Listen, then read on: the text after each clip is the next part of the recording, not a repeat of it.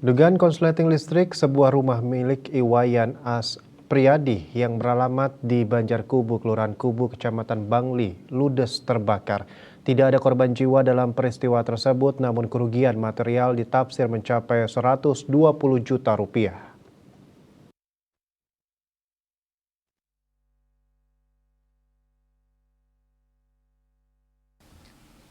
Saat itu korban Iwayan Aspriyadi 28 tahun sekitar pukul 9.30 WITA berangkat bersama keluarganya untuk melakukan persembahyangan ke Pura Silayukti yang beralamat di Karangasem.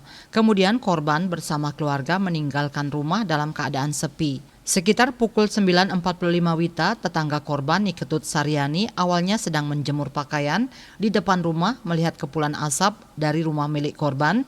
Kemudian Niketut Saryani menuju rumah korban dan mendapati rumah korban dalam keadaan terbakar.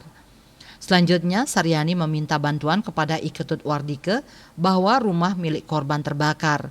Selanjutnya, Ketut Wardike menuju rumah milik korban yang berjarak kurang lebih 20 meter untuk mengecek rumah korban yang terbakar. Mendapati rumah korban dalam keadaan terbakar, kemudian Ketut Wardike berinisiatif untuk mematikan kilometer listrik rumah korban. Setelah mematikan kilometer, langsung berinisiatif mengambil selang dan melakukan pemadaman.